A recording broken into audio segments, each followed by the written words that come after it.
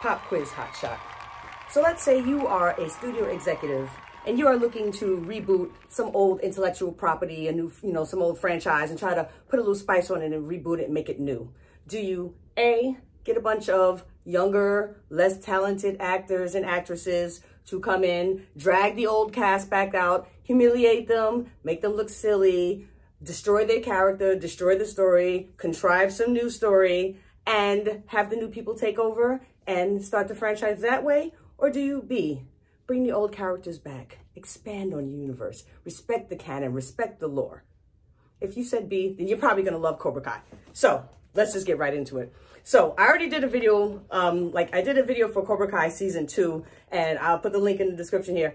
Nothing but praise. This is the proper way to reboot a franchise. So this basically, so I got some notes here. There's basically 3 things that I look for when I see someone trying to reboot a franchise. And let's talk about what we've been getting lately, okay? So we just had the Matrix Revolutions, or what was it? Matrix Resurrections. I don't know why it wasn't called Matrix Reboot. That would have been a better name because it has something to do with the computer. But anyway, so we saw the Matrix Part 4. What they did, they just brought Keanu Reeves back. They dragged him out. They changed. It was so contrived. They changed the story. It was just a really, like they call the member berries. That's all Matrix was.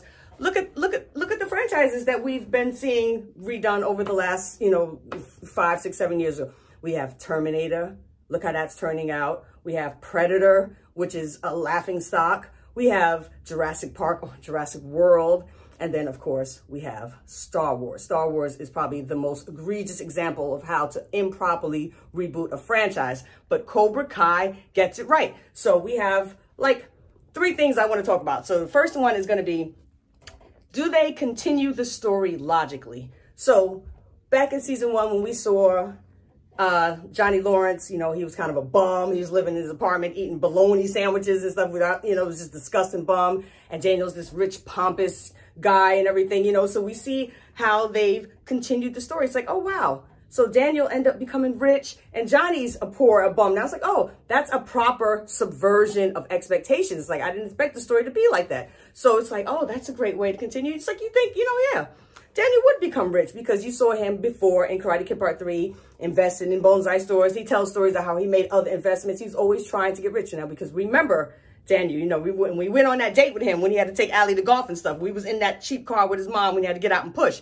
So we know Daniel, he started out poor, but they continue the story to show how he's progressed. And then they do the same thing with Johnny. They flesh it out. So it's just amazing how they were able to continue the story. And I always like to use the word logically, this is a logical, natural progression for Daniel, for Sensei Kreese, for Johnny. This is a natural progression. And even the new characters, they take them on story arcs. So we get to meet Miguel and Tori, they're still the same characters in it. And we get to see them progress. They all have these wonderful story arcs. They don't do The Force Awakens, where they take Finn, and at the beginning of the movie, he's the stormtrooper, and at the end of the movie, he's nobody. It's like they took him on, instead of the story arc, they just took him nowhere pretty much, and he just fell off a cliff, But with the characters here, they continue, they expand, and, I'm just like, if we could get more of this kind of material, then maybe, you see what they're doing with the comic books and with Superman and Batman in the MCU, Marvel, everything is just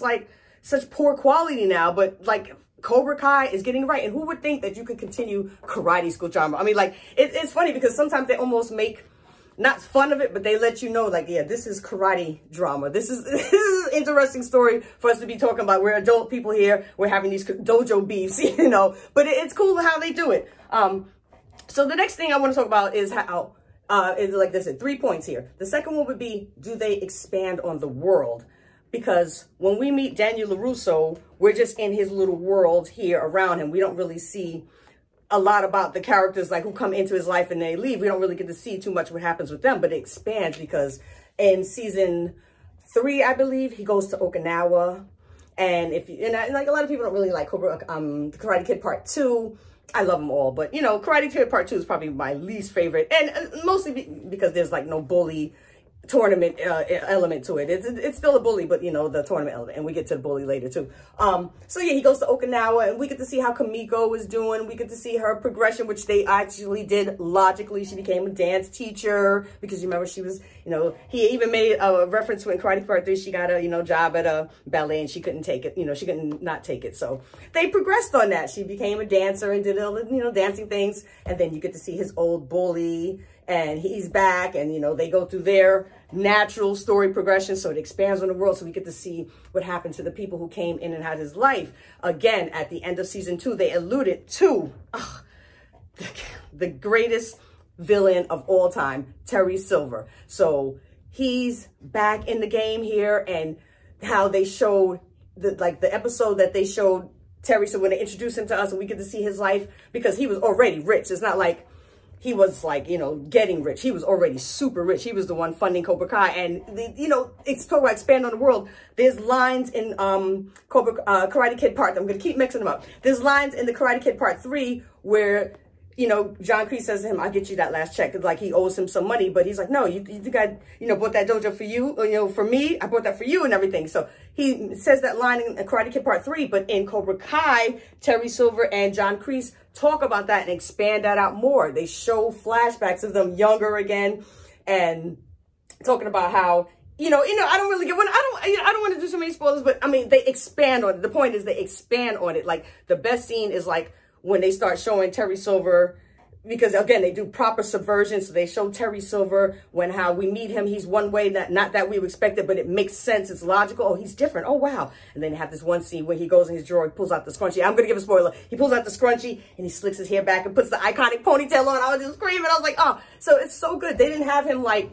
how they had Luke Skywalker drinking the green milk out of the alien boob, and it was on his beard. And I will never get over seeing that. That was so wrong. So it's like, they didn't take Terry Silver and bring him back and make him a bum. Even though John Kreese, when they brought him back, he was a little down on his luck, but they showed why. And they showed that he's not a different character. He's just in a different situation and he's moving through that. So again, they do it beautifully. They do it with the older characters. They do it with the new characters. And that will take me also into the third part, which is, do they respect the lore? Do they respect the canon, the characters of the original Karate Kid? Oh, I'm going to keep messing that up. But it's like, Daniel LaRusso is an iconic character. Who in the world doesn't know this? You're the best.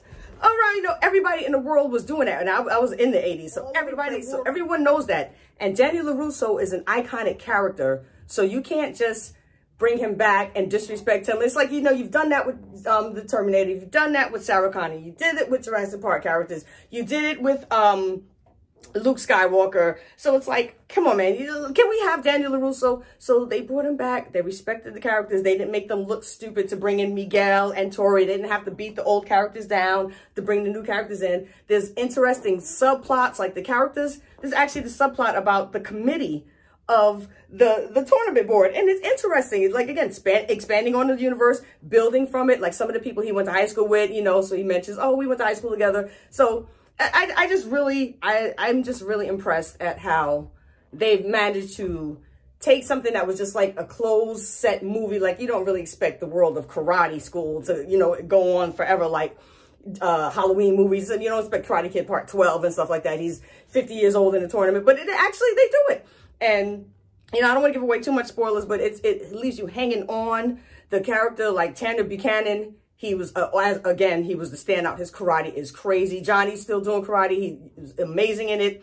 Again, there's this new character now, this little black kid. It was weird because I couldn't find his name. I had to actually Google black kid from Karate Kid. But he came up, I forget his name, but it's something in there. This is a setting up for next season, because now they have middle school, and now there's the middle school coming, and they're showing them going to high school. So now we get a new set of freshmen. So they introduce us, slowly flesh out the new characters, so they don't just thrust them onto the scene. They spend time fleshing it out. They do like Game of Thrones and have Daenerys flip in literally scene to the next scene. She flips. So this one, they fleshed it out nicely. So we introduced to the new characters, a little black kid. At first, I ain't like him because, he was acting a little too scared. He kept bucking his eyes a little bit too much. But then he started to grow on me. And now, subversion of expectation, properly. He's not what we thought. And it's like, oh, what? You know, it's twists. And it's like, whoa. But it logically, it's like, oh, that's even better. You know, when you subvert expectations, it's supposed to be better. It's not supposed to be, haha, you know, it's a rainbow. He pulled the rainbow out of us and then choked him with it. It's like, okay, we didn't expect that because it was stupid, you know? So this one here, this young black kid, I'm going to watch for him. I feel like, you know, I'm not going to say who wins and everything, but, you know, it's you don't expect it. Like, you know, in the first one, Daniel was going to win. You know, you saw that coming. But it's like this one here, you don't see what's coming. And season 5 is going to be even better. And the ending was cliffed after. I mean, every scene ended in an amazing cliffhanger. So, yeah, I'm just going to say also, the last thing I want to say is that, speaking of season 5, I saw this when I was online. I saw this. So, I don't know. We'll see what happens. So anyway, yeah, I highly recommend, if you're not watching Cobra Kai, please just watch it, especially if you love the Karate Kid. And you know, what else is there to do? Ain't really much to do. All right, so I'm getting out of here. I'm really